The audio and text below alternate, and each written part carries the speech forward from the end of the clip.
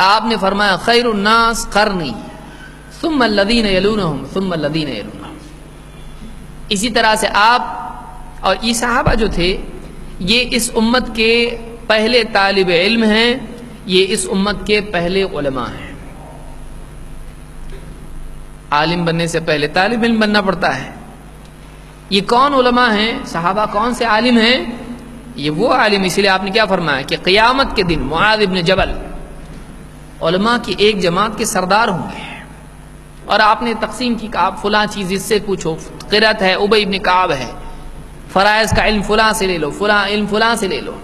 تفسیر کے سلسلے میں آپ نے دعا کی اللہم فقہہ فی الدین وعلمہ التأویل ابن عباس کے لیے، اے اللہ اس کو دین کی گہری سمجھ عطا فرما اور اس کو تفسیر کا، تأویل کا، قرآن کی تفسیر کا علم عطا فرما. آپ نے صحابہ کو تربیت دی. یہ پہلے طلبۃ العلم تھے اس امت کے، جنہوں نے اللہ کے نبی صلی اللہ علیہ وسلم سے علم کو لیا اور یہ پہلے علماء بنے. اور اللہ کے نبی صلی اللہ علیہ وسلم نے فرمایا وَإِنَّ الْعُلَمَاءَ وَرَثَةُ الْأَنْبِيَاءِ وَإِنَّ الْأَنْبِيَاءَ لَمْ يُوَرِّثُوا دِينَارًا وَلَا دِرْهَمًا وَلَكِنْ وَرَّثُوا الْعِلْمَ. علماء انبیاء کے وارث ہیں، اور انبیاء اپنے پیچھے دینار اور درہم نہیں چھوڑتے ہیں. ڈالر، دینار اور درہم انبیاء اپنے پیچھے نہیں چھوڑتے ہیں، مال و دولت نہیں چھوڑتے ہیں. انبیاء اپنے پیچھے علم چھوڑتے ہیں. تو علماء واقعی کون ہیں جن کے بارے میں کہا گیا ہے کہ انما العلماء ورثۃ الانبیاء، علماء انبیاء کے وارث ہیں. انبیاء کی وراثت کیا ہوتی ہے؟ علم ہوتا ہے. وہ علم جو نبی نے اپنے پیچھے چھوڑا ہے، وہ علم نہیں جو ایک آدمی اپنے طور سے اختراع کر لے. ایک آدمی اپنے طور پر کچھ گھڑ لے اور اس کو علم کا نام دے دے، یہ بھی علم ہے. کوئی شعر شاعری کا علم گھڑ لے اور پھر سب کو شعر شاعری سکھانا شروع کرے اور کہے کہ لو یہ بھی علم ہے، تو کیا واقعی وہ علم ہوگا؟ انبیاء اپنے پیچھے، اسی لیے آپ دیکھیے قرآن میں کیا فرمایا اللہ تعالیٰ نے وَمَا عَلَّمْنَاهُ الشِّعْرَ وَمَا يَنبَغِي لَهُ. ہم نے اپنے نبی کو شعر نہیں سکھایا، اور یہ شعر شاعری ہمارے نبی کی شان کے لائق بھی نہیں ہے. نبی کا علم کون سا ہے؟ کیونکہ شعر شاعری ایسی بھیانک چیز ہے، اچھا بھی شعر ہوتا ہے، برا بھی ہوتا ہے. حدیث میں اللہ کے نبی صلی اللہ علیہ وسلم نے خود شعر کی تعریف بھی کی ہے وَإِنَّ مِنَ الشِّعْرِ لَحِکْمَةً، بعض اشعار حکمت والے ہوتے ہیں. لیکن شعر کیسے ہوتے ہیں؟ بھیانک بھی ہوتے ہیں. ہم تو جائیں گے سوئے مدینہ، جس کو جانا ہو جنت میں جائے، ایسا بھی شعر ہو سکتا ہے. ایسے اشعار بھی ہو سکتے ہیں جن میں کفر و شرک ہو، ایسے اشعار بھی ہوتے ہیں جن میں بدعات و خرافات ہو، جس میں شریعت کا استہزاء ہو.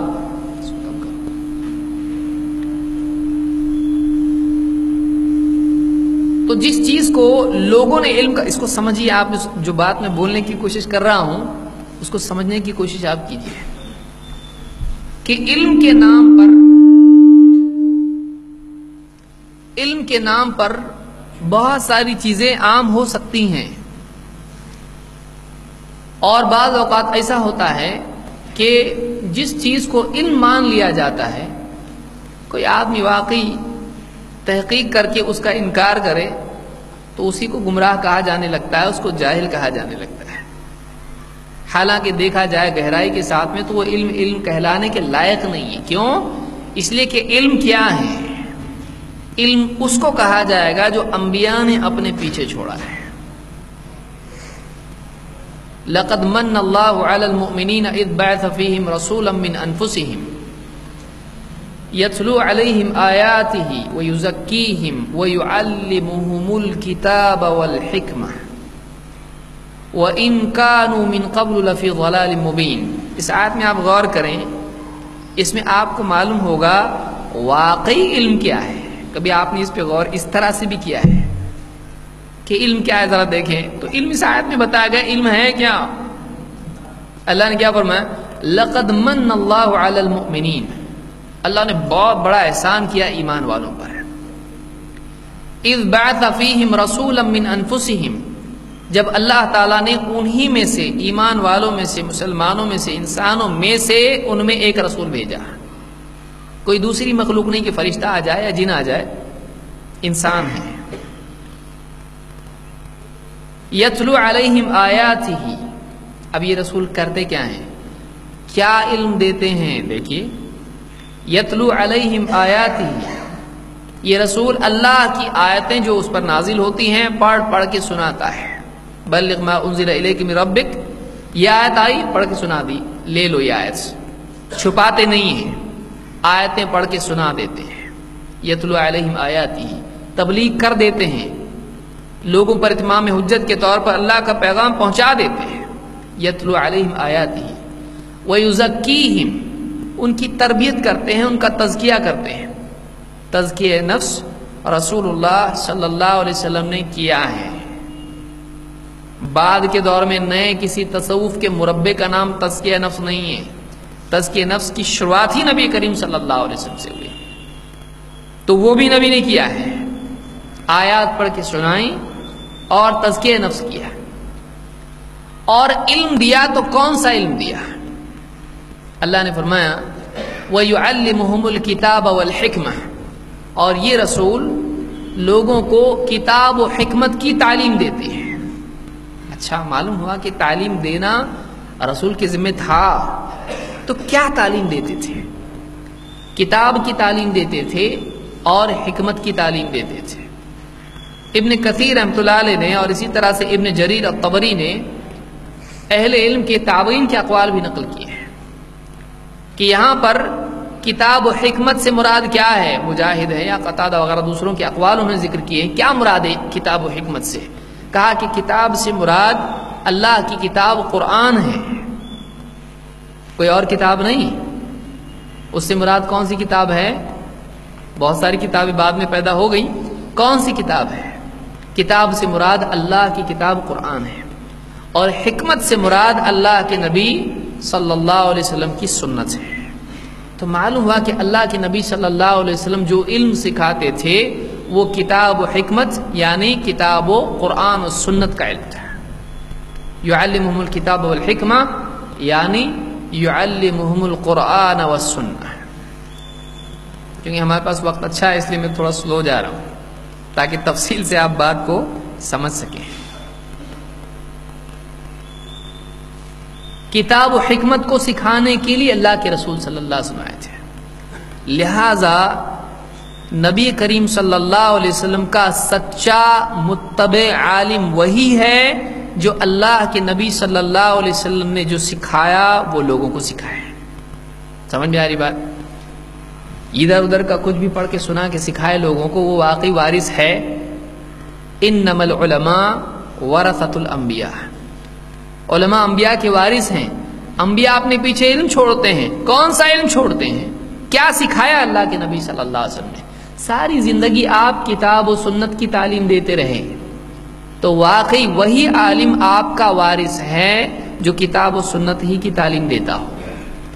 پھر اس کا سلسلہ منقطع ہوگا نہیں، کیونکہ علماء قیامت تک آتے رہیں گے. تو واقعی وہی عالم اللہ کے نزدیک عالم ہے، حقیقی معنوں میں عالم کہلانے کے لائق ہے جو کتاب و سنت کی تعلیم دیتا ہو، اس کا وارث ہو. اگر وہ اس کا وارث نہیں ہے تو نہ وہ سچا متبع ہے نہ وہ سچا وارث ہے. اسی لیے ابن عبد البر نے اور اسی طرح سے ابن قیم رحمۃ اللہ علیہ نے اپنی کتابوں میں جامع بیان العلم ہو یا دوسری کتابیں ہوں یا ابن قیم کی کتاب ہے اعلام الموقعین یا دوسری اور بھی کتابیں ہیں، انہوں نے علماء نے یہ بات کہی اور ابن عبد البر کہتے ہیں اس میں کوئی اختلاف نہیں کہ وہ آدمی جو تقلید کرتا ہو اس پر عالم کا اطلاق نہیں ہو سکتا ہے. کیوں؟ اس لیے کہ تقلید ہوتی اس وجہ سے ہے کہ تحقیق نہیں کر سکتا ہے، اس کے پاس دلیل نہیں ہے، اس کے پاس دلیل نہیں ہے، اس کے پاس علم نہیں ہے. کیونکہ علم کیا ہے؟ قرآن اور سنت کا علم ہے. اور یہی تو دلیل ہے. اور کیا دلیل ہے آپ کے پاس؟ سورج چاند ستارے.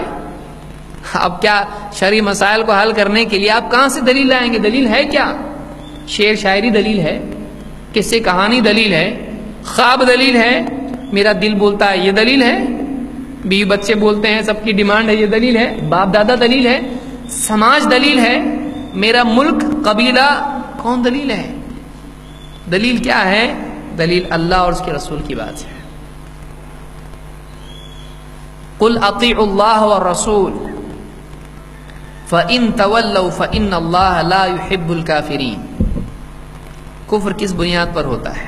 دیکھیے، کیا نہیں ماننے سے آدمی کافر ہو جاتا ہے؟ اللہ نے فرمایا قل اطیعوا اللہ والرسول، اے نبی آپ کہیے اللہ کی فرما برداری کرو، اللہ کی مان لو، اس کے رسول کی بات مان لو. نہیں فَإِن تَوَلَّوْا، اگر یہ نہیں مانتے ہیں، یعنی تولوا منہ موڑ کے پیٹ پھیر کے چل دیتے ہیں، قبول نہیں کرتے، آتے نہیں بلکہ جاتے ہیں، نہیں مانتے ہیں. فَإِن تَوَلَّوْا فَإِنَّ اللَّهَ لَا يُحِبُّ الْكَافِرِينَ، تو اللہ کافروں کو پسند نہیں کرتا ہے، اللہ کافروں کو محبوب نہیں رکھتا ہے، اللہ کافروں سے محبت نہیں رکھتا ہے. تو یہاں بتایا گیا کہ وہ کافر ہے جو اللہ اور اس کے رسول کی بات کا انکار کر دے. دلیل یہ ہے، ورنہ کسی اور کی بات نہ ماننے سے کافر ہوتا ہے. کوئی مولوی صاحب کچھ بول دیں اور کوئی آدمی اس کا انکار کر دے، کیا کافر ہو جائے گا؟ نہیں. لیکن اللہ اور اس کے رسول کی بات کا اگر انکار کر دیتا ہے تو وہ آدمی کیا ہو جاتا ہے؟ اسلام کے دائرے ہی سے خارج ہوتا ہے. یہ حجت ہے اس پر حجت ہے، اس کا انکار نہیں کر سکتا. حجت اسی کو تو کہتے ہیں، اس کا انکار نہیں کر سکتا ہے. لہذا علماء کون ہیں؟ علماء وہ ہیں جو نبوی علم کے وارث ہوں.